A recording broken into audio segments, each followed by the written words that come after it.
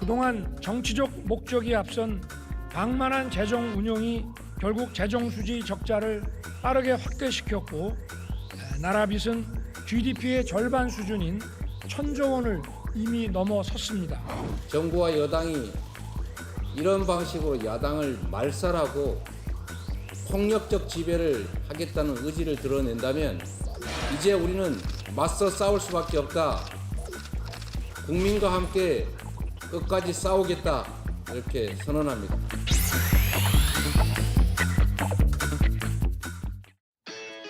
국가대표 정치뉴스쇼 5시 정치부회의 시작합니다. 자, 오늘 정치부회의는 류 실장, 박마커, 유채커, 조멘토, 김현숙 수어통역사 그리고 정치부회의 애청자 정의원들과 함께하겠습니다. 매일 부르는 건데도 좀 헷갈려요. 이렇게 얼굴 보면서 이름 부르게 하니까요. 자, 속보 실시간 반영하면서 열어놓고 회의를 진행하죠. 정말 요즘 정치 뉴스가 쏟아지기 때문에 이럴 때일수록 정치부회의를 보면서 중심을 잘 잡아야 됩니다. 정의원분들을 위해서 운영진들도 이제 최선을 다해주기 바라고요. 유채커 이제 나가서 발제 준비하면 됩니다. 류 실장, 조금 전 영상에서도 봤지만 제1야당이 대통령 시정연설을 보이콧하는 또 초유의 일이 일어났는데 헌정사상 처음 있는 일이죠. 네, 정확합니다, 국장. 대신 민주당 의원들이요, 본회의장 앞에 있는 로텐더홀에 집결했습니다. 이 XX 사과하라 이런 문구가 적힌 손 팻말을 들고 구호를 외치기도 했는데요. 또 시정 연설이 진행되는 동안 이 소셜미디어를 통해서 윤석열 대통령이 반협지, 폭주의 길을 가고 있다고 비판했습니다. 민주당 지도부는 연설 내용에 대해서도 부족하고 무성의하다 이런 총평을 내렸습니다. 네, 조금 전에 조멘토 손이 잠깐 등장했다가 사라졌고요.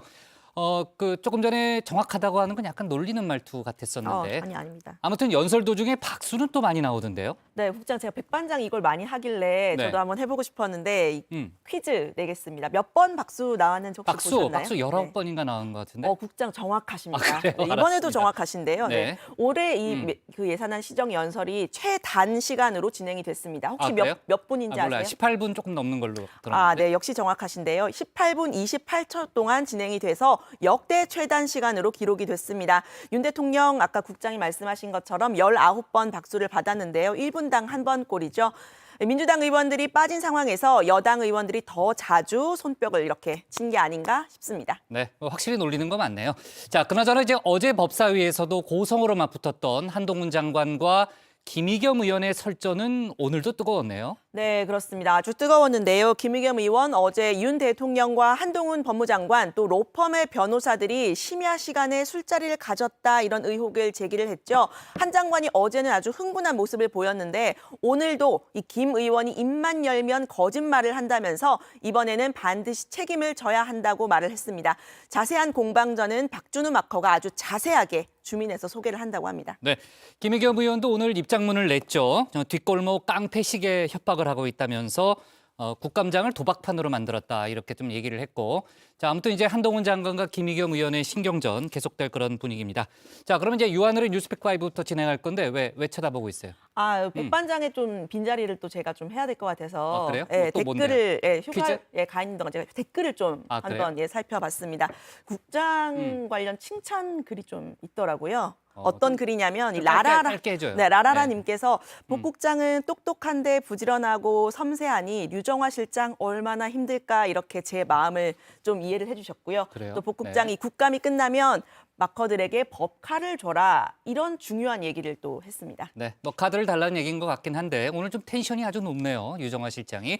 자, 그러니까 이 댓글을 소개하려고 그래요? 텐션이 이렇게 높았습니다. 네, 좋습니다. 이따 발제도 좀 기대해 볼게요.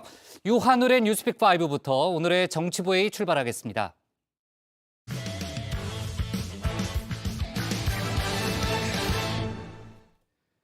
윤석열 대통령이 이번 정부 들어 처음으로 내년도 예산안 시정연설에 나섰습니다. 어제 시정연설 거부 의사를 밝혔던 민주당은 본회의장에 아예 들어가지 않았는데요.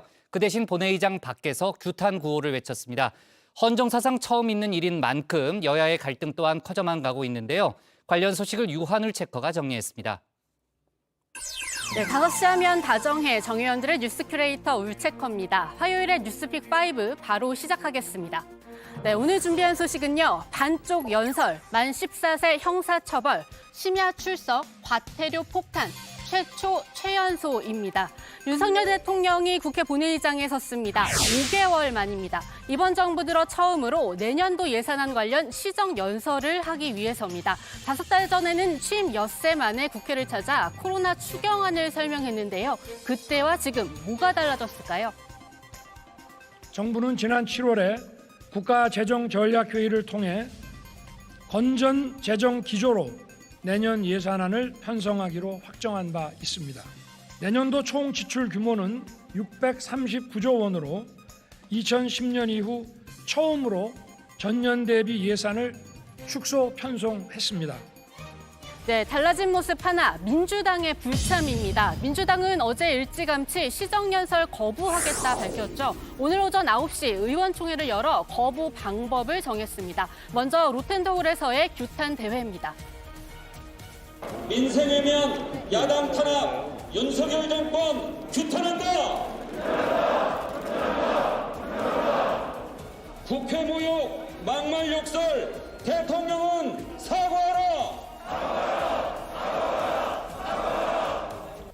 네, 3가지 구호 중 이재명 대표의 손에는 야당 탄압 중단하라 들려 있었습니다. 그리고 윤 대통령이 국회 본청에 들어서자 두 번째 작전에 들어갑니다. 침묵 시위입니다. 정제된 방식의 항의 표출이라는 게 민주당의 설명인데요.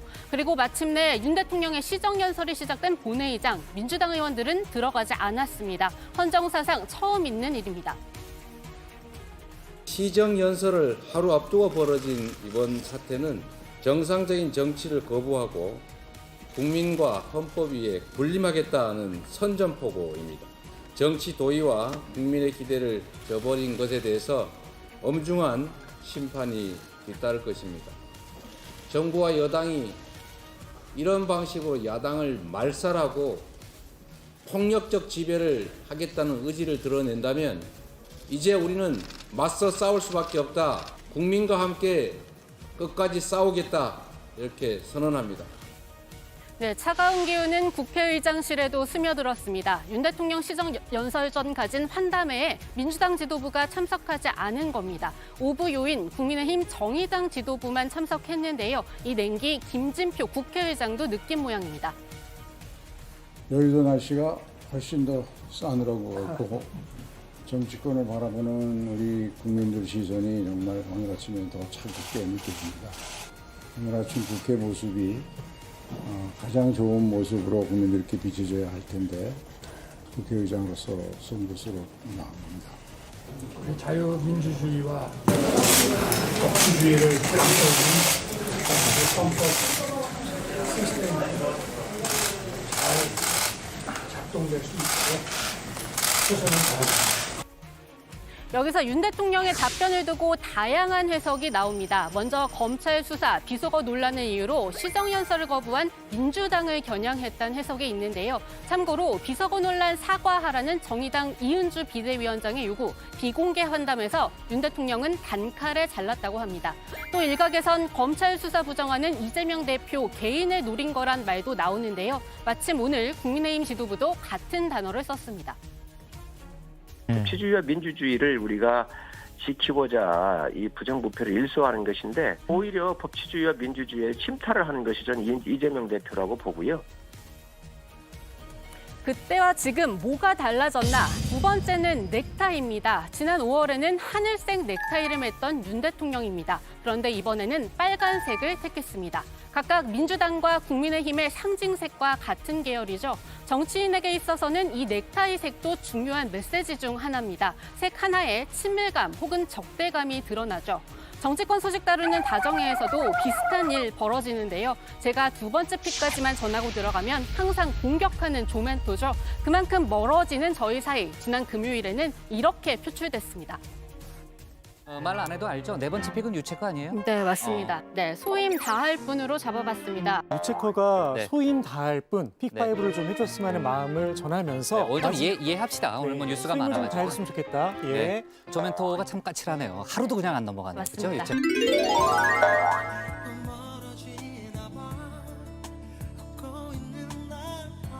네, 지난 5월 하늘색 넥타이를 했던 윤 대통령, 그만큼 민주당 의원들과 시정연설 마치고서 악수도 열심히 했습니다. 대통령이 취임한 지 엿새 만인 만큼 야당과의 협치 한껏 강조할 때였습니다.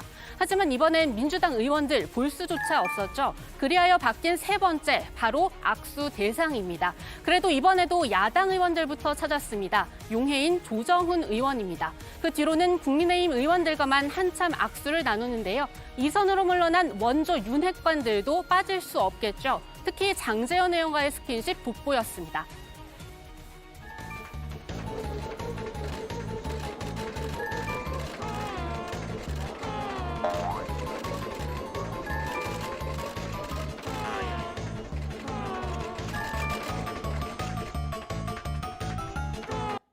네, 그리고 악수하는 윤 대통령 뒤를 따르는 정진석 비대위원장인데요. 정 위원장은 윤 대통령이 국회를 떠날 때까지 얼굴도 안 비춘 민주당에 바로 쓴소리를 했습니다.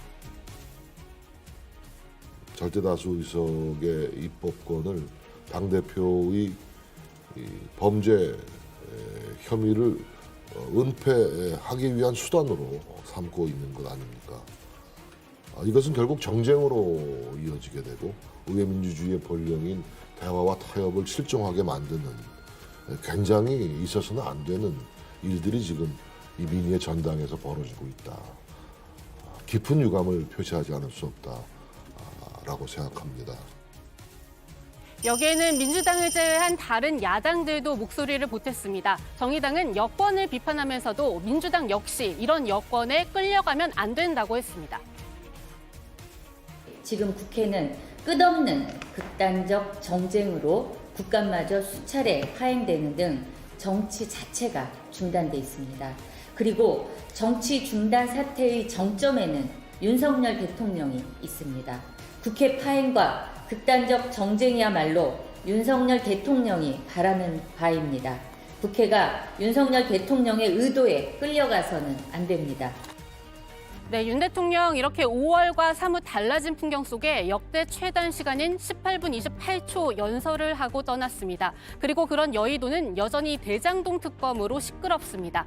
시정연설 보이콧한 민주당 실제 특검 법안 발의 준비에 들어갔다는데요. 첫 관문인 법사위에서 김도비 위원장 수비를 뚫고 신속처리 안건 열차에 태우려면 시대전환 조정훈 대표의 도움이 절실하다. 이미 설명드린 바 있죠. 조 대표 아직 고민 중이라고 하는데요. 이렇게 일침은 날렸습니다. 다시 의무를 하지 않는 것을 보이콧이라고 부르는 사람 없습니다. 학교에서 숙제하는 학생한테 너 뭘 보이콧하니 이게 아니고 혼내줘야 되는 거거든요. 다시 한번 민주당에 부탁을 드리고 싶습니다. 정치는 특정 정치인 아무리 당대표라도 지키기 위해서 하는 건 아니라고 생각합니다. 네, 오늘의 두 번째 픽, 만 14세 형사처벌입니다. 촉법소년이라는 단어 정혜원님들 많이 들어보셨죠? 범죄를 저지른 만 10세 이상, 만 14세 미만의 청소년을 가리키는 말입니다. 형사처벌 대신에 사회봉사나 소년원 송치 같은 보호처분을 받는데요. 바로 이 점을 악용하는 사례가 많습니다. 촉법소년임을 무기로 마구 범죄를 저지르는 청소년, 그리고 촉법소년을 범죄에 끌어들이는 어른들입니다. 만 14살이 안 된 청소년들이 금은방에서 수천만 원어치를 털었습니다. 그런데 시킨 어른들이 있었습니다. 처벌받지 않는 촉법 소년들에게 오토바이 사준다며 범죄에 동원했습니다. 이 두 소년이 경찰에 붙잡힌 뒤 처음 한 말은 생일 아직 안 지났어요 였습니다. 이 모든 걸 가르치고 지시한 사람은 따로 있었습니다. 20대 남성 2명이 범죄 수법과 달아나는 방법, 잡혔을 때 대처법까지 가르쳤습니다. 여기에 따라 법무부가 지난 6월부터 나섰습니다. 관련 TF를 만들어 촉법소년 나이를 낮추는 방안을 논의해 왔는데요. 넉 달 만에 결론이 나왔습니다. 만 13세 미만으로 1살 낮추는 안을 사실상 확정했고 이르면 이번 주 발표합니다. 이대로라면 만 14세도 형사처벌 대상이 되는 겁니다. 실제로 입법화가 되더라도 소위 말하는 강자 들어가는 강간이나 강도 이런 흉포 범죄 위주로 형사처벌이 이루어지게 될 것이고요. 다른 대부분의 범죄에 대해서는 지금처럼 똑같이 소년부 흉치로 대부분 처리될 것이기 때문에 범죄자가 양산된다든가 그런 우려는 없습니다. 그러니까 어릴 때의 실수로 인해서 전과자가 양산되게 될 것이다라는 우려는 그런 우려가 없도록 저희가 정교하게 잘 준비하겠습니다. 네, 한 장관이 언급한 우려, 바로 이 부분 때문에 윤 대통령이 후보 시절 공약으로 내걸었던 2살에서 1살만 하향 조정했다는 분석 나옵니다. 하지만 단순히 1살을 낮추는 게 능사가 아니라는 지적이 나오고 있죠. 동시에 소년 보호 체계를 구축하려는 노력도 함께 해야 한다는 건데요. 찬반이 워낙 팽팽한 사안인 만큼 양측에서 취할 부분은 취해서 소년 범죄를 막는 데 실질적인 도움이 되도록 해야겠습니다. 네, 세 번째 픽은 심야 출석입니다. 어제 국회 과방위 국감에 불출석해서 여야 질타, 온몸으로 받은 최태원 SK 회장의 소식 전해드렸습니다. 결국 최 회장이 어젯밤 8시 반 국감장에 나왔습니다. 카카오 먹통 사태에 대해 사과했습니다. 이번 정전 사태에 관련된 많은 책임을 많이 느낍니다. 그래서 국민 여러분께 송구하다는 말씀 먼저 드립니다. 그리고 이를 따라서 피해를 보신 많은 사용자 여러분 그리고 다른 저희 고객사 여러분께 죄송하다는 말씀 먼저 드리도록 하겠습니다. 저희 SK그룹 전체에서는 이 사태를 최대한 잘 수습하려고 노력을 하고 있었습니다. 네, 최 회장은 판교 데이터 센터의 고객사 피해 보상과 관련해서도 최대한 빠르게 지원하겠다고 약속했고요. 다른 곳에 있는 데이터 센터들에 대해서도 전체적인 점검을 내부 검토하고 있다고 했습니다. 또 불출석 사유서를 냈던 데 대해서도 여야 의원들에게 유감을 표명했습니다. 네 번째 픽은 과태료 폭탄입니다. 다음 달부터 국립공원에서 담배를 피우다가 적발될 경우 과태료 폭탄이 떨어집니다. 한 번만 걸려도 현재 10만 원만 내던 과태료 60만 원으로 오르고요. 두 번째는 100만 원, 세 번째 적발 시에는 법정 상한액인 200만 원을 내야 합니다. 인화물질을 소지했을 경우에도 흡연과 같이 취급하는데요. 가을 산행 즐기시는 분들 첫째도 불조심, 둘째도 불조심입니다. 네, 오늘의 마지막 픽은 최연소입니다. 영국의 새로운 총리인 스낵 전 재무장관 이야기입니다. 스낵 전 장관 잠시 뒤 첼스 3세 국왕을 아련하고 나오면 공식적으로 영국의 57대 총리가 됩니다. 301년 영국 내각 역사상 첫 유색 인종 총리고요. 210년 만에 최연소 총리이기도 합니다. 특히 과거 대영 제국 시절 식민지였던 인도 혈통이라는 소식에 인도에서도 역사적인 날이라는 반응 내놓고 있습니다. 네, 오늘의 뉴스픽은 여기까지입니다. 들어가서 원픽 뽑겠습니다. 뉴스픽 5였습니다. 네. 자, 대통령 시정연설에 제1야당이 불참하는 또 그런 상황이 벌어졌습니다. 지금 이제 경제가 굉장히 어렵고 여야 모두 민생, 협치를 강조는 하고 있습니다만 이번 첫 국정감사도 전쟁터가 됐고 또 오늘 헌정사상 초유의 또 충돌 양상을 빚는 그런 모습을 저희가 봤습니다. 자, 일단 여야의 충돌 저희가 이제 뉴스픽에서 정리를 좀 해봤고요. 일단 시정연설에 어떤 내용이 담겨 있는지도 좀 살펴봐야죠. 네, 제가 좀 살펴봤는데요. 윤 대통령 오늘 연설을 통해서 약자 복지 그리고 성장 동력 확보를 강조했습니다. 그러면서 기초생활보장, 사회보험 지원 예산 등을 내년도 예산안에 반영했다고 설명했는데요. 직접 들어보시죠. 기존 중위소득을 역대 최대 폭으로 조정해서 4인 가구 기준 생계급여 최대 지급액을 인상함으로써 기초생활보장 지원에 18조 7천억 원을 반영했습니다. 저임금 근로자, 특수형태 근로 종사자, 그리고 예술인들의 사회보험 지원 대상을 확대하여 27만 8천 명을 추가 지원할 것입니다. 네, 이 성장 동력 확보와 관련해서는요, 시스템 반도체 인프라 구축에 1조 원 집중 투자를 하고 또 스타트업과 중소기업의 스마트화 3조 6천억 원을 투입할 계획 등을 밝히기도 했습니다. 네, 민주당은 이에 대해서 국민 입장에서 보면 참 무성의하다는 느낌을 지울 수 없다 이렇게 혹평을 했습니다. 김성한 정책위 의장이 오늘 오후 기자간담회를 열어서 한 말인데요. 시정연설에 불참해서 연설이 끝난 뒤에 전문을 쭉 읽었다면서 이야기를 했습니다. 김 의장은 특히 초부자 감세에 기초한 예산 편성을 했는데도 약자 복지로 포장을 했다 지적을 했는데요.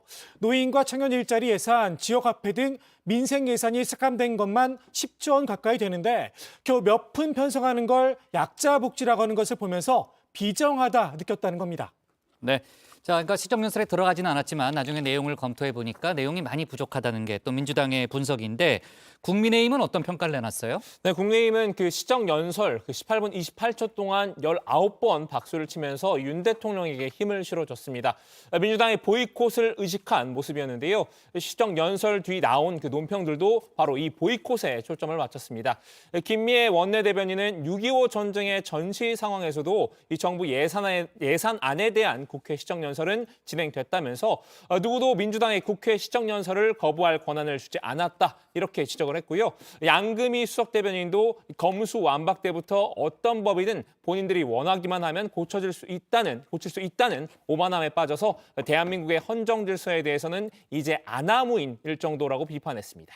네, 대통령실도 한 언론에 유감을 표명했는데요. 대통령실 고위 관계자는 연합뉴스와의 통화에서 매우 유감스럽다, 아쉽다라고 말했습니다. 이 관계자는 국민의 대표인 의원들은 국민 세금이 반영되는 국정 운영 기조를 심의해야 하는 상황이라면서요. 민주당이 한 특정인의 사당은 아니지 않나 공당으로서 책무를 다하기를 바란다고도 했는데요. 이재명 대표 검찰 수사에 대한 반발로 시정연설을 보이콧한 민주당을 강하게 비판한 셈입니다. 네. 자, 정치 뉴스는 아니지만 지금 막 들어온 속보 하나만 좀 짚어보면요. 유한을 채껏 택시 많이 타고 다니잖아요. 이제 조금 전에 서울시 물가대책위원회 발표가 있었는데 내년 2월부터 서울 택시 기본 요금이 3,800원에서 4,800원으로 1,000원 오른다는 그런 속보가 나왔습니다. 기본 거리가 지금 이제 2km마다 올라가는데 1.6km마다 올라가는 걸로 바뀌었다고 하고요. 그리고 내년 2월 전에 12월부터는 심야 할증이 자정에서 오후 10시로 시간이 변경이 되고 할증률도 20%에서 40%로 오른다고 합니다. 2019년 2월에 기본요금이 올라가고 약 4년 만에 또 큰 폭으로 또 인상이 되는 그런 상황이네요. 자, 조금 전 들어온 속보였고요. 유채커, 오늘 고른 원픽은 어떤 겁니까? 네, 오늘의 원픽입니다. 헌정사 첫 시정연설 보이콧, 민주당 끝까지 싸우겠다, 국민의힘 입법 독재.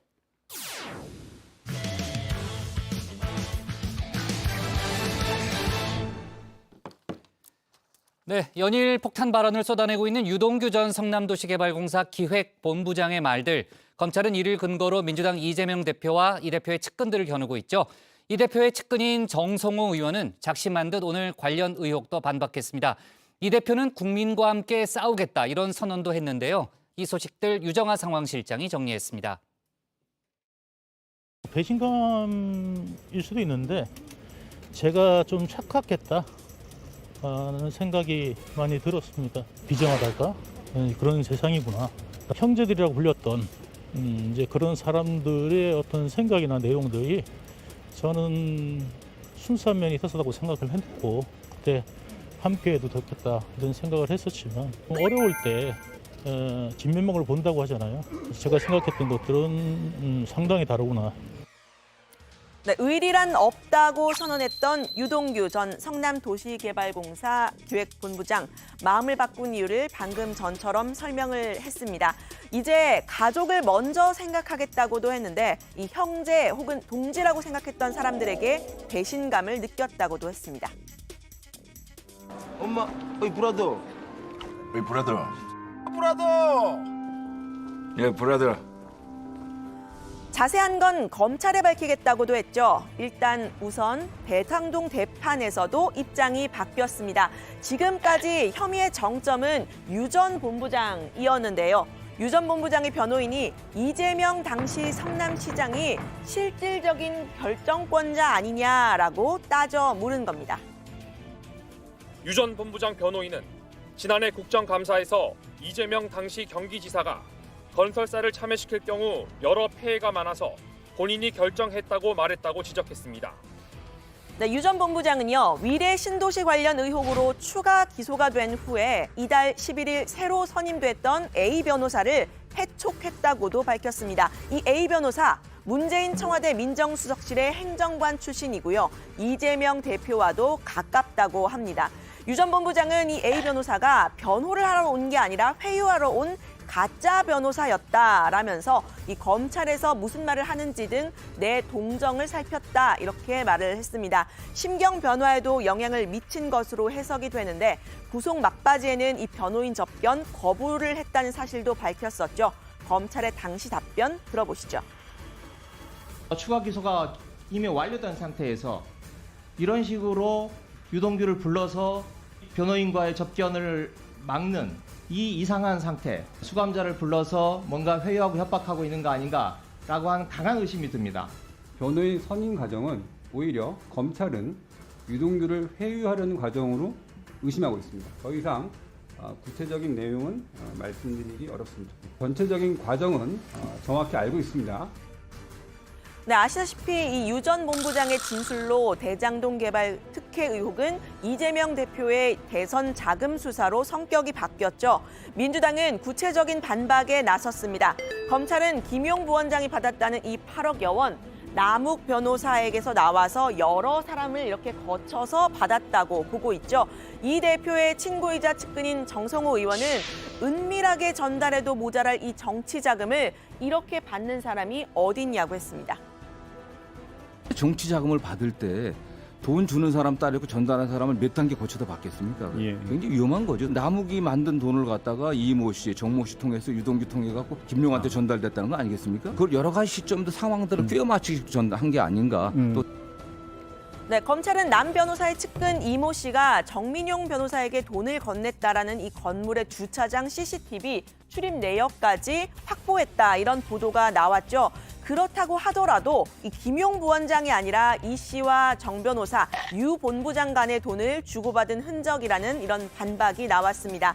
남 변호사 측이 제출한 메모도 증거가 안 된다고 했는데요. 정 변호사는 같은 시점에 유원홀딩스 사무실에서 김 부원장을 봤다 이렇게 검찰에 진술을 했지만 돈을 건네는 장면을 목격한 건 아니라는 취지로 말한 것으로 알려집니다. 김용한테 전달됐다고 하는 직접적인 증거는 아무것도 없습니다. 검찰이 주장하는 그 시기에 또는 뭐 일정 장소에 둘이 만날 수도 있었겠죠. 유동규하고 김용은 잘 아는 사이니까. 그것도 만났다는 게 돈을 전달했다고 하는 것에 대한 증거는 아니겠죠, 사실. 네, 또 재판에 가면 유 전 본부장의 말 자체의 신뢰도에 대해서도 다시 살펴보게 될 거다라는 게 야권의 주장인데요. 유 전 본부장 본인의 형량이 낮아지는 방향으로 진술이 바뀐 점 등 때문입니다. 결국은 검찰의 증거 확보가 관건으로 풀이됩니다. 진술은 또 바뀔 수도 있습니다. 현재 무시무시한 얘기들 꺼내고 있지만 그러나 구체성에 있어서는 아직은 글쎄요라는 얘기를 할 수밖에 없죠. 유동규 씨 입에서 나온 얘기들을 들어보면 수사와 관련된 유의미한 팩트가 나오는 건 없습니다. 감정적이고 정치적인 이런 레토릭이기 때문에 특별히 유동규의 입이 무슨 시한폭탄이 될 만한 건 없습니다. 네, 여기에 김 부원장은 이 8억여 원 수수 혐의 자체 부인을 하고 있죠. 거대한 조작의 중심에 서 있다라는 입장입니다. 검찰 수사가 이 대표에게 향하려면 김용이라는 산을 넘어야 하는 셈인데 이 대표는 물론 이 민주당에서도 김 부원장의 정치자금 수수 없었다고 믿고 있습니다. 김용 부원장은 오랫동안 믿고 함께 했던 사람인데 저는 여전히 그의 결백함을 믿습니다. 저는 뭐 김용이 수수했다고 하는 걸 좀 믿기 힘들다고 좀 보고 있고요. 경선에 돈이 들어갈 일이 없었습니다. 본인들 다 자원봉사했기 때문에 경선 자금 관련해서는 단 한 번도 언급이 된 적이 없었습니다. 그래요? 각자 알아서 했었습니다. 네, 이런 이 대표의 믿음 자체가 일종의 시그널이다 이런 이야기도 나오는데요. 여야를 막론하고 이 정치자금법 위반 혐의 수사 측근에서 멈추는 경우가 많았다는 겁니다. 이해창 총재도 무슨 차떼기 때문에 여러 가지 측근들이 구속당하고 수사받았지만 이해창 당시 총재까지는 안 갔었어요. 안 갔죠. 그리고 노무현 대통령 같은 경우도 안희정 당시 가장 측근이 거기서 끊었잖아요. 끊었죠. 정치적 공동명체잖아요. 김용이나 정진상은. 그러니까 이재명이 무너지는 순간 자기들은 미래가 없어요. 설사 본인들이 떠안고 가는 한이 있더라도 제가 보기에는 뭐 받은 것도 시인하지 않을 가능성이 높고 대선 자금으로 쓰였다라는 진술을 기대하기는 더더욱 어려울 거고. 네, 유 전 본부장이 폭로하고 있는 내용들이요. 이 대표의 대선 정치 자금에 국한이 되지 않죠. 화살은 김 부원장뿐 아니라 정진상 정무조정실장으로도 향하고 있습니다. 압수수색 과정에서 휴대전화를 숨기라고 하는 등 이 증거 인멸 교사 의혹, 이런 부분을 진술하는가 하면요. 두 사람 모두에게 유흥업소에서 술자리 접대를 했다, 이렇게 밝히기도 했죠. 인간적인 서운함도 표출을 했습니다. 월급 1,000만 원 받은 본인은 재산이 3천만 원이고 빚이 7천만 원인데 이 두 사람은 고급 아파트에 살더라는 겁니다. 검찰은 김 부원장의 재산 형성 과정, 또 정 실장의 불법 자금 수수 혐의까지 살펴보고 있다고 합니다. 김용은 월급 300만 원인데 여의도로 이사가고 정진상은 빚도 하나 없이 아파트 얻었다고 한다. 그게 가능하다고 보느냐? 감옥 안에서 저승사자가 있으면 빨리 나타나라. 한번 좀 보자고 생각했다. 내가 두려운 게 있겠느냐? 네, 정 실장은 성남FC 후원금 의혹과 관련해서는 출국 금지까지 된 사실 알려졌죠. 관련 공소장에는 이 대표와 정 실장이 공범으로 적시가 되어 있습니다. 오늘 검찰은 성남FC 의혹과 관련해서 안산시청을 압수수색했는데요. 이재명 성남시장 시절에 이 성남FC를 전격 인수하게 된 배경을 찾기 위해서 안산시가 이 성남FC의 전신인 성남 일화축구단 인수를 추진했다가 단념했던 시기부터 다시 들여다보는 듯합니다. 여기에 이 대표가 받고 있는 또 다른 혐의가 있죠. 고 김문기 전 개발 1처장 몰랐다 하고 했던 발언에 대해서 이 허위 사실 공표 혐의로 기소가 된 상태인데요. 유 전 본부장이 인터뷰에서 호주 가서 골프 치고 카트까지 탔는데 몰랐느냐, 이렇게 말했다는 소식 어제 전해드린 바가 있죠. 김문기 전 처장의 유족이 유 전 본부장의 이 인터뷰를 보고 과거의 녹취록을 공개를 했습니다. 이 대표가 김 전 처장을 알았을 것으로 보이는 정황이 담겨 있는데요. 대선 전인 지난 2월 기자회견을 열기 전에 이 대표 측 인사가 먼저 만나자고 했다는 겁니다. 사장님이랑 저랑 보자는 말씀이신가요? 술 좋아하면 소주라도 한잔 하든가. 아, 네, 좋죠. 제가 저번에 여쭤봤던 거에 대한 답 가지고 아주. 후보님 또는 후보 가장 주변에서 후보 생각을 함께 할 수 있는 그런 친구들하고 얘기 정확하게 들어가지고 네. 그 말씀을 드릴게요. 그럼. 네, 김 전 처장의 유족은 이 방금 녹취록에 나온 이 해당 인사를 직접 만난 자리에서 이 갑자기 확 들이대면 블랙아웃이 된다. 그럴 때 모른다고 일단 대답하는데라는 말을 들었다고 합니다. 이 대표의 이런 말을 해명해 준 셈인데요. 이 대표가 대선 당시에 했던 발언들 부메랑으로 돌아오는 그런 분위기입니다. 제가 시장 재직 때는 몰랐고요. 그러니까 뭐 하위 직원이었으니까.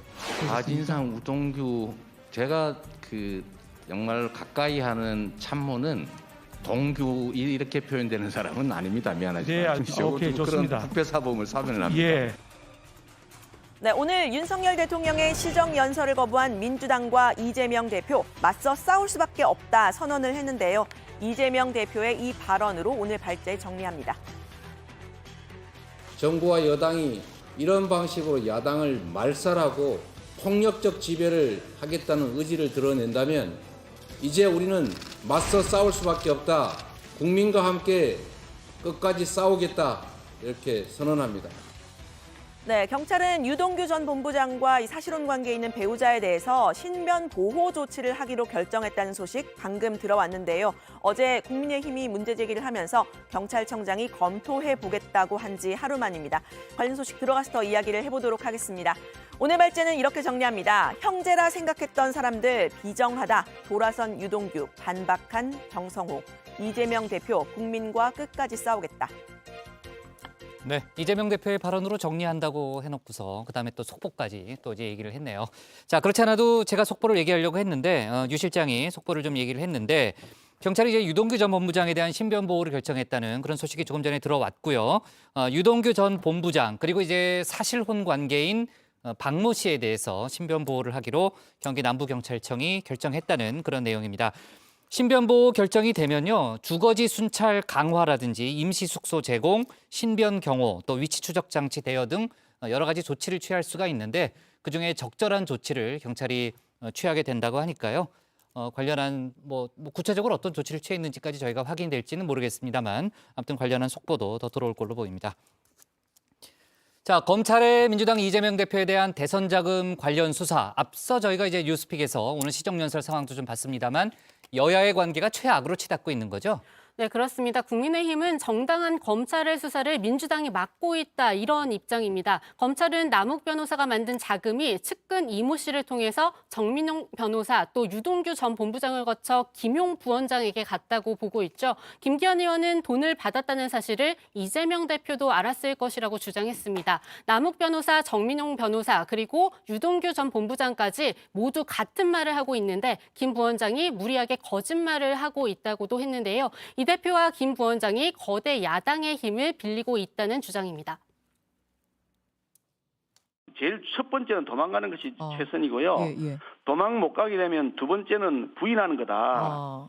그래도 안 되면 세 번째는 백을 동원하는 것이다. 1도 2부 3백 그러는데요. 거대 야당의 권력을 동원해서 백을 동원하고 그리고 아니라고 부인하고 하고 있는데 이미 게임 다 끝났습니다. 민주당은 강하게 반발하고 있고 특히 이재명 대표의 친구이자 최측근이라고 할 수 있는 정성호 의원이 오늘 언론 인터뷰에서 강하게 반박을 했죠. 그렇습니다. 제가 좀 발제해서 전해드리기도 했는데요. 이 대표가 사실 어제 민주당이 압수수색을 당할 당시에 울먹이는 모습까지 보였죠. 역사의 현장을 잊지 말고 퇴행하는 민주주의 꼭 지켜달라 이렇게 말을 했는데요. 국민의힘에서는 이 송원석 의원 같은 경우에는 악어의 눈물쇼다. 또 성일종 의원은 눈물 연기를 앞세워서 배우나 해라 이렇게 비꼬기도 했습니다.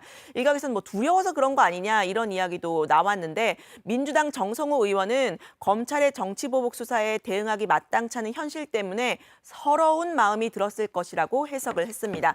이 대표는 기득권의 탄압이나 압박을 두려워하거나 타협, 좌절해 본 적이 없는 사람이라고도 말을 했습니다. 네, 두려워서가 아니라 서러워서 눈물을 흘린 것이다라는 또 친구의 설명이 있었고요. 다만 민주당 내부에서는 쓴소리도 일부 나오고 있죠. 네, 그렇습니다. 앞서 이 대표를 향해서 이제 역사의 무대에서 내려와 달라라고 했던 김혜영 전 의원입니다. 김 전 의원, 당내에서 내부 총질하지 마라, 갈치 정치하지 마라 비판을 받았었죠. 그럼에도 또다시 글을 올렸는데요. 민주당의 단일 대우가 특정인을 지키기 위한 것이라면 동의할 수 없다라고 쓴 겁니다. 정성호 의원은 의혹 제기와 검찰 수사 정도로 국민과 당원이 선출한 당대표를 물러나라고 하는 건 적절하지 않다고 본다 이렇게 지적을 했는데요. 이 문제를 이 대표와도 상의했느냐라는 질문에는 이런 대화를 했다고 했습니다. 저는 늘 당황하지 말고 차분하게 해라. 김대중 대통령께서는 3번의 사형 선고를 받고 극한의 위기에 처해 있었지만 더 의연하게 했다. 그런 얘기를 자주 해주고 있습니다. 이재명 대표는 뭘 하시던가요? 본인 웃으면서 그러려고 노력하고 있습니다. 그렇게 얘기합니다. 그래요? 네, 자 서해 폐기역 사건 또 강제 북송 논란에 대해서는 저희가 그동안 좀 많이 못 짚었는데요. 지금 이제 검찰의 칼날이 문재인 정부를 향해서도 많이 가 있죠. 네, 그렇습니다. 이제 민주당에서는 정부 여당과 검찰이 한 몸으로 야당과 이제 전 정부를 향해 칼을 휘두르고 있다고 보고 있는데요. 이 서해 공무원 피격 사건과 관련해서는 이 서욱 전 장관이 구속된 상태죠. 검찰이 서훈 전 청와대 국가안보실장과 박지원 전 국정원장을 거쳐서 문재인 전 대통령에까지 그 칼날을 향할 거라고 보고 있습니다. 문재인 정부에서 이 법무부 장관을 지낸 박범계 의원이 위기의식을 드러냈는데요. 직접 들어보시죠. 칼을 마구 휘두르는데 안 들을래 하니까 이거 베이는 거 아니야? 아니 베이는 정도가 아니라 이거 싹둑 날아가는 거 아니야? 심지어 저 같은 사람은 문재인 정부의 이제 국무위원을 지낸 사람인데 아니 전직 국방부 장관이 정말 쉽게 구속이 되더라고요. 거의 반협박하는 거 아닌가 하는 느낌이 들죠. 네, 자 그리고 조금 전에 들어온 속보 하나만 얘기를 하고 국회 상황실을 정리할까 하는데요. 감사원이 전현희 국민권익위원장을 수사 의뢰했다는 그런 속보가 조금 전에 들어왔습니다. 수사 의뢰한 사실이 이제 조금 전 언론 보도를 통해서 알려진 거고요. 아마 운영진들 기억할 텐데 2년 전이죠. 추미애 전 법무장관 아들의 병역 특혜 의혹이 제기됐던 그 당시에 권익위가 유권 해석을 한 적이 있습니다. 어떤 유권 해석이 나왔냐면은 이해 충돌의 소지가 없다라는 그런 유권 해석을 내려서 이제 언론 발표를 했는데 그 과정에 전현희 위원장이 부적절하게 개입했다는 게 이제 감사원의 입장이고요. 그 건 관련해서 수사 의뢰를 했다는 그런 속보 내용이고 전현희 위원장이 내일 기자회견을 열어서 반박을 한다고 하니까요. 내일은 또 정치부회의에서 관련 속보도 챙겨보겠습니다. 자, 오늘 발제 이렇게 정리하겠습니다. 비정하다 유동규, 반박한 정성호, 이재명 끝까지 싸우겠다로 제목을 잡겠습니다. 다음은 박준우 마커의 주민으로 갑니다.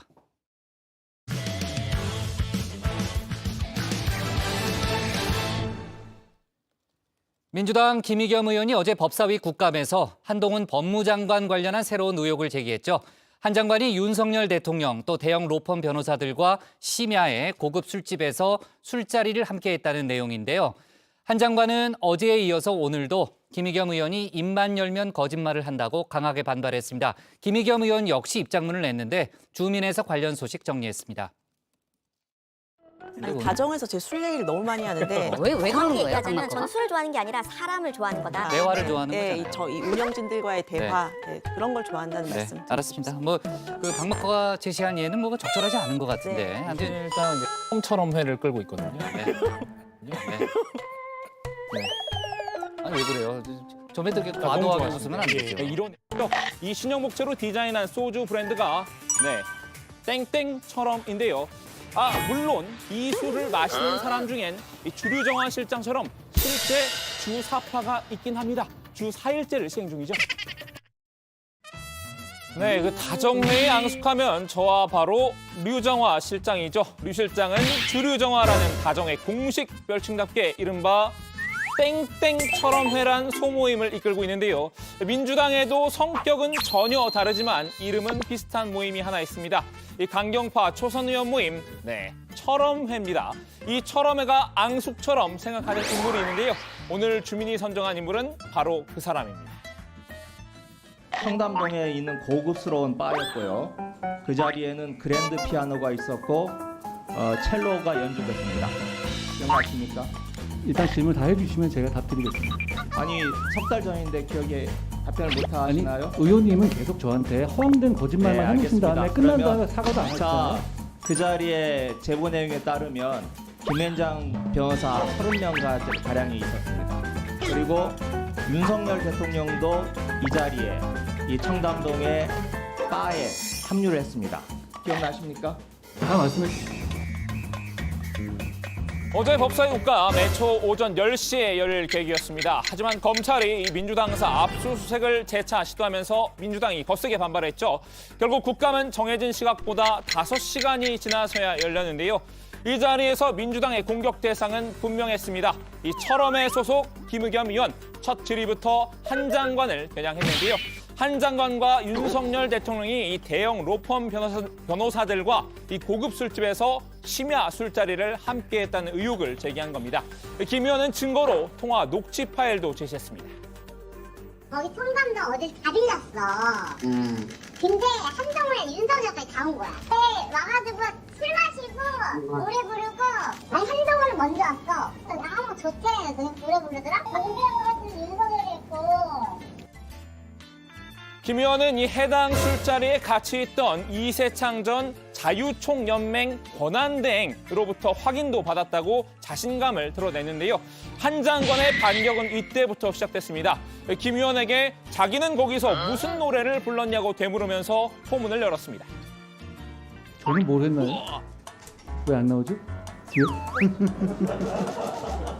위원님 저한테 이재정 의원 관련한 것도 거짓말 하신 다음에 다 들통났는데 사과도 안 하셨죠. 그리고 그 전에는 조국 사건 관련해서 조국 수사팀 누가 위원님한테 사과를 했다고 거짓말했었다가도 사과 안 하셨죠. 한 장관이 불렀다는 노래, 이 김 의원 대신 더 탐사라는 유튜브 채널이 어제 저녁 공개했는데요. 우선 인도인들의 특징이 그거 사랑 어쩌고저쩌고 있더라고요. 앞서 한 장관은 이 스토킹을 당했다며 해당 채널 소속 유튜버를 고소하기도 했었죠. 이 한 장관은 불쾌감을 숨기지 않았습니다. 이 로커급 발성으로 김 의원을 몰아붙였는데요. 이 지라시 수준도 안 된 얘기로 국정감사 자리에서 국무위원을 모욕했다면서 강하게 반발했습니다. 저 술 못 마시는 건 아십니까? 그러면 제가 저기 가서 술을 먹었다는 얘기예요? 아니면 저 자리에 있었다는 얘기입니까? 저는 저 술자리를 별로 안 좋아하거든요. 꼭 가야 되는 자리도 안 나가고 회식 자리도 안 갑니다. 저는 이세창 총재라는 사람하고 스쳐본 적도 없어요. 김 의원이 자신을 욕보이기 위해서 이 더 탐사와 야합했다는 의혹을 역으로 제기하기도 했습니다. 더 탐사라는 저를 지금 스토킹하는 쪽하고 같이 야합해서 말씀하신 거잖아요. 그렇죠? 혹시 그 스토킹의 배우가 김의겸 의원이십니까? 흥분한 한 장관, 순간 영화 타짜의 주인공 이 고니에 빙의하기도 했는데요. 이 패가 단풍이 아니라는 거에 내 돈 모두하고 내 손모가지 건다. 쫄리면 짓이던지. 의원님, 저는 다 걸게요. 의원님 뭐 거시겠어요? 저는 다 걸게요. 자, 첫째 구체적으로 얘기하겠습니다. 저는 법무부 장관직 포함해가지고 제가 뭘 앞으로 어떤 주의 종직이라든가 뭐 다 걸겠습니다. 의원님 뭐 거시겠습니까? 거시는 거 좋아하시잖아요. 사실 김의겸 의원 이 과거 한 장관한테 먼저 장관직 배팅을 요구했던 적이 있긴 합니다. 하고 싶으면 정하고 싶으면 법무부 장관의 직을 걸고 하라. 두 사람의 아슬아슬한 설전이 끝나고 이제 철험에는 배턴을 터치했습니다. 이 김남국 의원이 다음 주자로 나섰는데요. 그 한동훈 법무부 장관님께 질의드리고 싶은데 장관님 좀 기분은 누구로 주셨어요? 지금 없는 얘기를 계속 하고 계시는 것이고요. 거기에 대해서도 명확하게 입장을 밝히셔야죠. 아니 지금까지 이런 식으로 의혹 제기 계속 해오신 거 같잖아요. 한 번도 사과도 없으시고. 김 의원은 한 장관의 공격적인 답변 태도를 지적했습니다. 오만한 행동이란 겁니다. 국무위원들에게 화내고 격앙된 그런 모습을 보일 것이 아니라 사실이 아니다라고 하면 아니라고 오히려 차분하는 게 바람직하다라고 보이고 또 질의응답하는 과정에서 뭘 걸 거냐라고 하면서 국회의원들에게 뭘 걸라라고 계속 소리치고 다그치고 나는 장관직을 걸겠다라고 하는 그 모습을 과연 얼마나 국민들이 잘못되고 오만한 행동으로 보겠습니까? 하지만 국감장은 국회의원이나 국무위원이나 둘 다 흥분을 주체하기 어려운 곳인가 봅니다. 김남국 의원도 분을 참지 못하고 순간 버럭하고 말았는데요. 조정훈 의원님 질의해 주시기 바랍니다. 조정훈 의원님 질의하십시오. 위원장님 지금 제 질의에 대해서 또 이야기를 했지 않습니까? 조금 전에 질의한 거 보좌진들하고 의논해가지고 내 말이 틀렸으면은 틀렸다 나중에 드릴게요. 자 질의하십시오. 왜 간사들하고 뭘 협의하고 그러니까? 보좌진들하고 협의하라고 했어요. 왜 협의합니까 그걸? 제대로 된 질의 형태인지. 그걸 왜 보좌진하고 해요? 이 사람아! 그걸 왜 보좌진하고 네, 최재 감사원장을 상대로 질의를 하던 김 의원, 주어진 시간이 끝난 후에도 질의를 이어가자 김도욱 법사위원장이 제지를 했는데요. 질의 중간 몇 차례 김 위원장에게 질문 방식에 대해 지적을 받아 이미 기분이 상했던 걸까요? 결국 이 사람아 라며 언성을 높인 겁니다. 금방 김남국 의원 뭐라고 했어요? 자, 이 사람이 회의 진행합니다. 조정훈 의원님 다시 3분 나세요. 말은 가려서 하시고 조심해서 하십시오. 아니 요즘 힘든 건 알겠는데 예? 왜 그래요? 예? 이 사람이라니 질의 형태가 잘 됐는지 잘못됐는지 보좌진하고 협의하면 안 됩니까? 국감장에서 흥분할 수 있는 권리, 아마 김남국 의원에게는 상대적인 건가 봅니다. 난 괜찮은데 너는 아니지. 오늘은 국감장 바깥에서 장외전이 이어졌습니다. 한 장관은 화가 미처 풀리지 않은 듯한데요. 김의겸 의원이 습관적으로 아니면 말고식 의혹을 제기한다고 꼬집었습니다. 김의겸 의원은 거짓말로 해코지 해도 되는 면허증이나라도 가진 것처럼 행동하는데요. 매번 입만 열면 거짓말 해도 그냥 넘어가 주고 책임을 안 지니까 자기는 그래도 되는 줄 알고 이러는 것 같습니다만 이번엔 달라야 한다고 생각합니다. 근데 입만 벌리면 거짓말이 자동으로 나와. 국내임 정진석 비대위원장도 힘을 보탰습니다. 이 정 비대위원장은 기자 출신이죠. 마찬가지로 기자 출신인 김의겸 의원에게 이 팩트 체크 좀 제대로 하라고 쏘아붙였습니다. 일단 팩트부터 확인해야 기사로 쓸지 말지 결정할 거 아니야. 수습 기자라도 이 팩트 파인딩에 나서면 1시간 안에 결판 날 제보라고 지적했는데요. 한 장관이 주장한 대로 김 의원은 이 제보의 진부 여부에 정치 인생을 걸라고 날을 세웠습니다. 민주당에선 이 박범계 의원이 은근슬쩍 대리전에 나섰습니다. 적극적으로 김의겸 의원을 감싸지는 않았지만요. 한 장관이 처음 질문을 받았을 때 잠시 허가 찔린 느낌을 받았다는군요. 한동훈 장관께서 제가 제 기억으로 한 2분 정도 그 질문을 하는데 2분 정도 바로 답이 부정적인 답이 나오지 않고 좀 처음에는 좀 아사무사했어요. 좀 생각의 정리를 하는 것인지 아니면 이쪽에 뭐 카드가 어디까지 있는지를 좀 탐색을 했는지 잘 모르겠는데 그 점은 좀 의아스럽습니다. 자, 오늘은 한동훈 장관과 김의겸 의원 사이 공방전 소식을 정리해드렸는데요. 의혹이 사실이 아니라는데 장관직을 내건 한 장관, 김 의원은 과연 뭐로 받아칠까요? 입장문 소식은 좀 이따 들어가서 전해드리겠습니다. 오늘 주민아마디는 영화 대사로 가름하겠습니다. 배팅을 할 땐 인생을 걸어라. 네, 어제 법사위 국감에서 한동훈 법무장관과 김의겸 의원의 설전이 있었고요. 어제 저희가 속보로 간단히 좀 내용을 다뤘었는데 그 공방이 이제 오늘까지 이어진 그런 상황입니다. 윤 대통령과 한동훈 장관이 대형 로펌 변호사들과 심야에 고급 술집에서 술자리를 함께 했다는 의혹을 이제 제기를 한 거잖아요.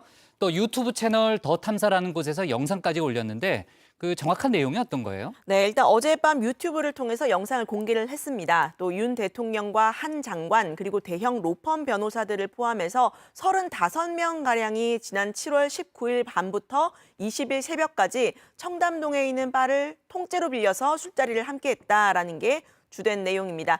제보 음성 파일도 공개를 했는데요. 해당 술자리에서 연주를 했던 첼리스트 그리고 그 첼리스트의 전 남자친구 간의 통화를 녹음한 음성 파일입니다. 직접 들어보시죠. 좋대. 너네 같이 노래 부르더라? 네. 한정훈이? 아, 노래 불러? 노래 나도 술 한잔 먹고 온 것 같아. 그래서 네. 나중에 윤석열이 오는 거야. 네, 내용을 좀 더 들어보면 이 한동훈 장관이 먼저 왔고 나중에 윤석열 대통령이 왔는데 새벽 1시였다.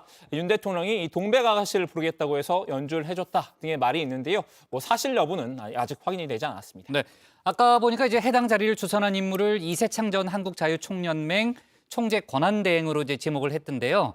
더 탐사에 해당 술자리가 있었다고 본인이 인정을 했다는 거예요. 이 더 탐사는 이제 이전 대행과 두 차례 통화한 내용도 공개했습니다. 이 통화 내용을 보면 당일에 이들이 만났다는 사실을 인정한 것으로 돼 있는데요. 다만 이전 대행은 영상으로 공개한 통화 내용이 사실이 아닌 짜깁기라는 주장을 하고 있다면서 이 법적 대응을 예고하고 있습니다. 네, 이전 대행은 한 언론사와의 통화에서 열흘 전쯤 알지 못하는 기자에게 전화가 왔다. 알지도 못하고 내가 거기 있을 신분도 아니다. 그 언론에 말했다고 전했는데요. 그랬더니 술자리를 주관했느냐라고 물어보더라 라면서 내가 어떻게 대통령하고 장관이 하는 걸 주관하느냐. 이 사람 웃긴 사람이네 라고 답을 했다고 말을 했습니다. 이어서 더 탐사인지 정말 나쁜 X들이라고 격분하기도 했습니다. 네, 자, 더 탐사는 현재까지 공개한 내용으로는 술자리가 실제했다고 확인할 수 있는 객관적 증거는 없지만 만약에 사실로 드러나면 탄핵감이라는 그런 주장을 펼치기도 했습니다. 아마 관련된 속보가 더 나올 수도 있다는 이제 그런 얘기가 있고요. 일단 한 장관과 대통령실은 해당 의혹을 강하게 부인하고 있고 또 반박이 이어지고 있는데 김의겸 의원도 오늘 추가로 입장문을 냈다는 거죠. 네, 김의겸 의원이 오늘 입장문을 냈습니다. 제 질문에 한동훈 장관은 대뜸 장관직을 걸겠다며 국감장을 도박판으로 만들었다면서 국회는 도박판이 아니다 이렇게 지적을 했는데요. 자신은 해당 술자리를 직접 목격했다는 생생한 목격담이 있고 그 술자리를 주선했다고 지목된 인물이 거듭 사실을 인정하는 발언이 있었다. 그 발언들을 육성 그대로 공개했을 뿐이다 이렇게 설명을 했습니다. 네.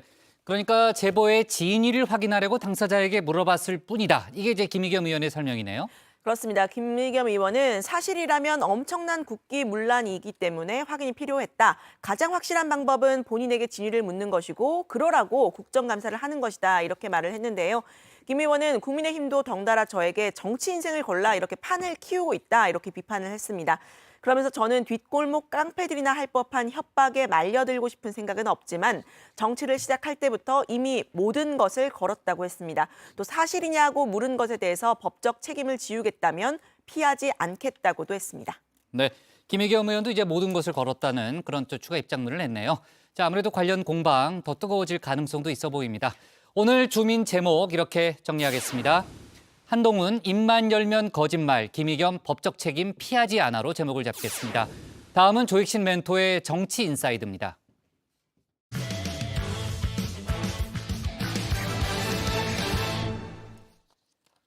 전 정부 인사들의 여러 가지 의혹이 제기되고 또 구속이 이어지면서 사정 정국에 들어섰다는 평가죠.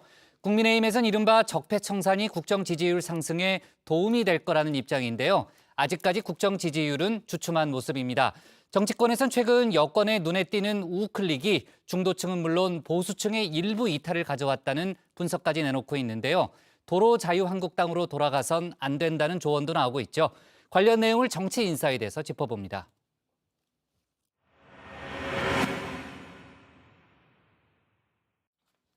문재인 정부와 민주당 이재명 대표의 핵심 인사들이 줄줄이 구속됐죠. 국민의힘에선 적폐청산, 민주당에선 보복수사라고 명명한 사정정국에 돌입한 겁니다.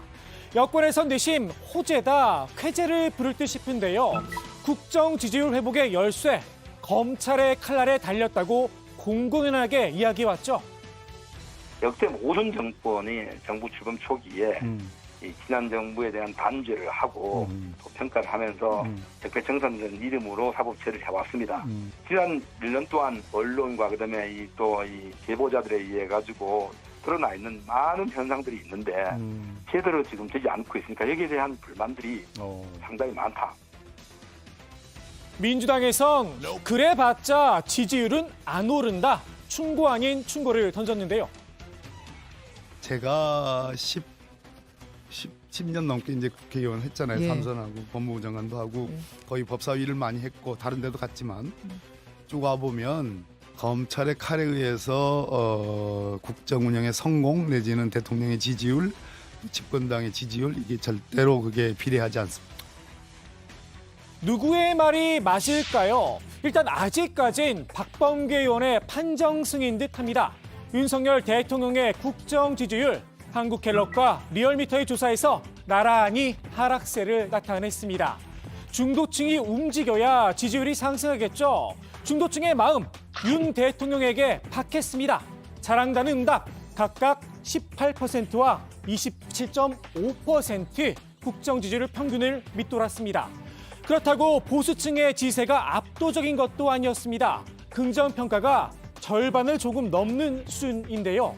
최근 여권 잇따라 우클릭을 하며 집토끼 잡기에 나섰다는 평가가 나오고 있죠. 주사파와 통합진보당이 새로운 키워드로 등장을 했습니다. 주사파인지 아닌지는 본인이 잘 아는 거니까. 2014년 헌법재판소 결정에 따라 강제 해산된 통진당 세력이 촛불 집회를 빙자하여 중고등학생까지 불러내서 내란 선동 작업을 벌이고 있습니다. 확실한 우향우 덕분일까요? 국정 운영 긍정평가 이유 가운데 좌파 척결이 처음으로 등장을 했습니다. 긍정평가자 가운데 2%를 차지한 겁니다. 친북 좌파 척결이라고 하는 것이 그만큼 대통령이 최근에 좀 색깔 논쟁 여기에 이제 뭐 뛰어들었다기보다는 좀 의사 표현을 하면서 영향을 주고 있는 건 아닌가. 다만 여권이 오른쪽으로 갈수록 중도층과는 멀어질 수밖에 없겠죠. 더욱이 보수층 내에서도 우클릭이 과하다는 지적이 나옵니다. 이러다 아예 유턴을 하는 게 아니냐는 겁니다.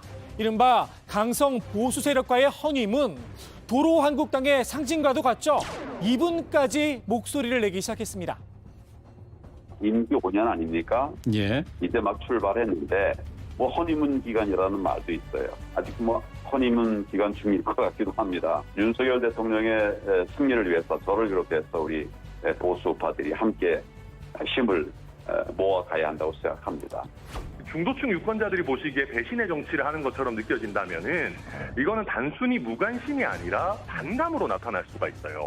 그러니까 중도라든지 젊은 층의 유권자들이 자유한국당 때는 아예 관심조차 주지 않았습니다. 그렇죠. 당내에서 수도권을 중심으로 이러다 2024년 총선에서 망할 수 있다는 우려의 목소리도 나오고 있죠. 제가 볼 때 탄핵 국면 그다음에 예. 지난 총선 지방선거 지나면서 부정선거를 지금도 주장하시는 분들 예. 그리고 실제로 문재인 대통령에 대해서 이렇게 김일성주의자라고 생각하시는 분들 예. 이런 식의 과도한 입장에 경도돼 있으면요 수도권은 참패입니다. 수도권 선거 참패는 곧 총선 참패입니다. 수도권이 전체 의원 중에 절반에 해당되는데 우리 당은 수도권에서 17석밖에는 없습니다. 지금 그렇죠. 그러면 당연히 수도권에서 과반이 넘어야지 그래도 일당이 될 수 있지 않겠습니까? 윤 대통령의 국정 운영 동력은 그대로 꺼질 수밖에 없습니다. 총선에서 지면 식물 대통령이 됩니까? 이게 뭐 불문가지죠. 뭐 물어봐야 합니까? 그렇죠. 지금도 저렇게 어려운데 네. 총선에서 친다는 건 국민의 심판을 받았다는 뜻이잖아요. 예. 그럼 어디서 에너지를 꺼내가지고 국정 수행을 제대로 할 수 있겠습니까?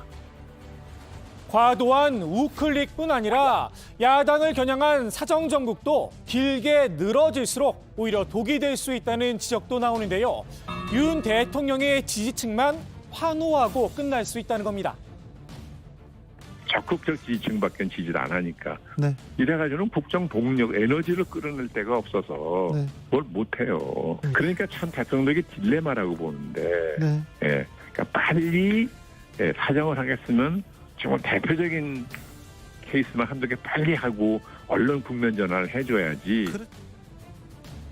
지금 정작 필요한 건 국정 운영 능력이다. 아픈 평가도 뒤따랐습니다. 유능한 대통령의 모습 기대해봐도 될까요? 한반도 안보 정세나 경제 상황이 굉장히 앞으로 이제 어려움이 올 거라고 다 지금 내다보고 있는 거 아닌가요? 네. 그런데 여기 대처할 이 정권의 능력이 이렇게 행편이 없으면 네. 좀 국민이 굉장히 위기감을 갖고 있다고 봐야 돼요. 당신의 능력을 보여주세요.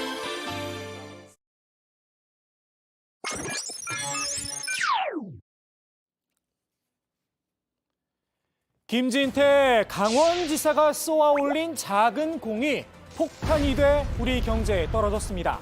이른바 레고랜드 사태, 자금시장에 동맥경화를 일으켰죠. 최문순 전 강원지사가 김 지사의 헛발질 때문이다. 직격을 하고 나섰습니다. 우리나라 정치는 서로 상대방에게 주먹 휘두르는 것이 근본으로 돼 있어서 이번에 주먹 휘두르고 발길질하다가 헛발질하고 넘어진 거죠. 자신을 무리하게 공격하려다 대형 삽질을 했다는 건데요. 이번 일은 레고랜드 사태가 아니라 김진태 사태라는 입장입니다. 이번에 부도 처리가 된 강원 중도개발공사 흑자 기업이었다고 소개를 했는데요. 지금 2단계에서 흑자 기업입니다. 그리고 회생 절차를 발표하기 전날 이제 증권회사하고 그 빚을 갚는 걸 연장하기로 합의가 된 상태였습니다. 그러니까 그 회사 사장과 임직원들하고 얘기를 하지 않고 소통하지 않고 그냥 발표를 해버렸던 거죠. 빚을 당장 갚지 않아도 되는 상황. 여기에 흑자가 나는 기업을 상대로 김 지사가 회생 절차를 밟겠다라고 나서면서 부도가 났다는 겁니다. 김 지사는 금융사의 책임을 떠넘겼는데요. 이미 예고된 중도개발공사 GJC의 파산을 방지하고 또 날이 갈수록 증가하는 그 공사의 채무를 해결하기 위한 선제적 대응 조치로서 그 채권 금융사에 4개월치 선이자를 납부를 했고 그렇게 하는 등 만기 연장을 협의한 후에 회생 신청을 발표했습니다. 그런데도 해당 금융사가 강원도와 협의 없이 부도 처리를 한 것입니다.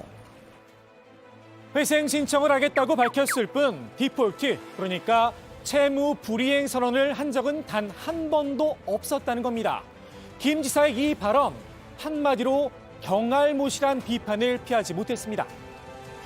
법정 관리를 가게 되면 그 이후에는 법정 관리인이 선임이 돼서 일단 채무, 채권 다 동결, 돈을 다 묶어 놓으시오 하면서 법원이 또 보고 이 돈은 먼저 줍시다, 이 돈은 나중에 줍시다, 또 그렇게 이제 가르마를 타게 되거든요.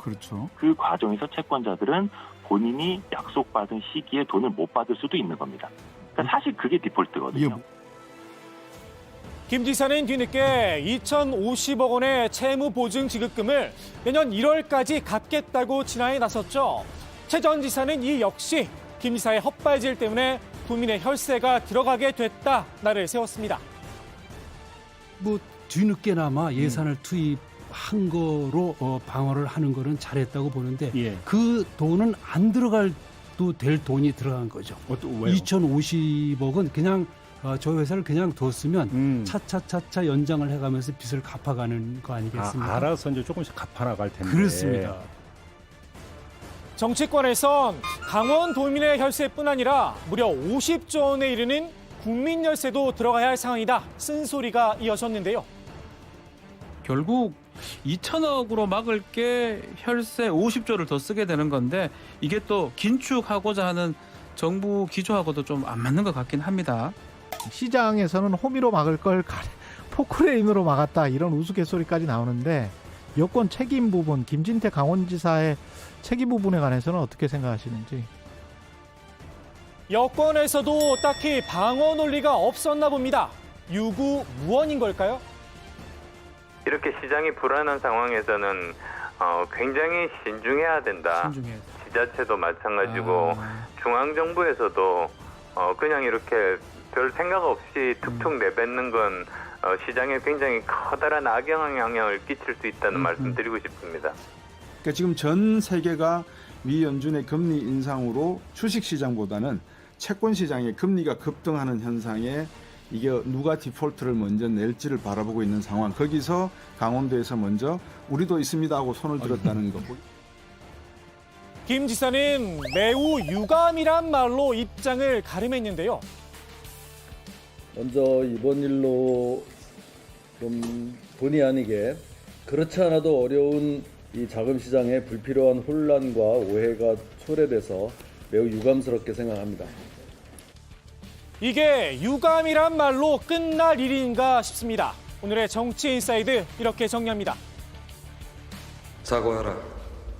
그럼 아무 일도 일어나지 않는다. 잘못했음. 이 네 마디야. 네.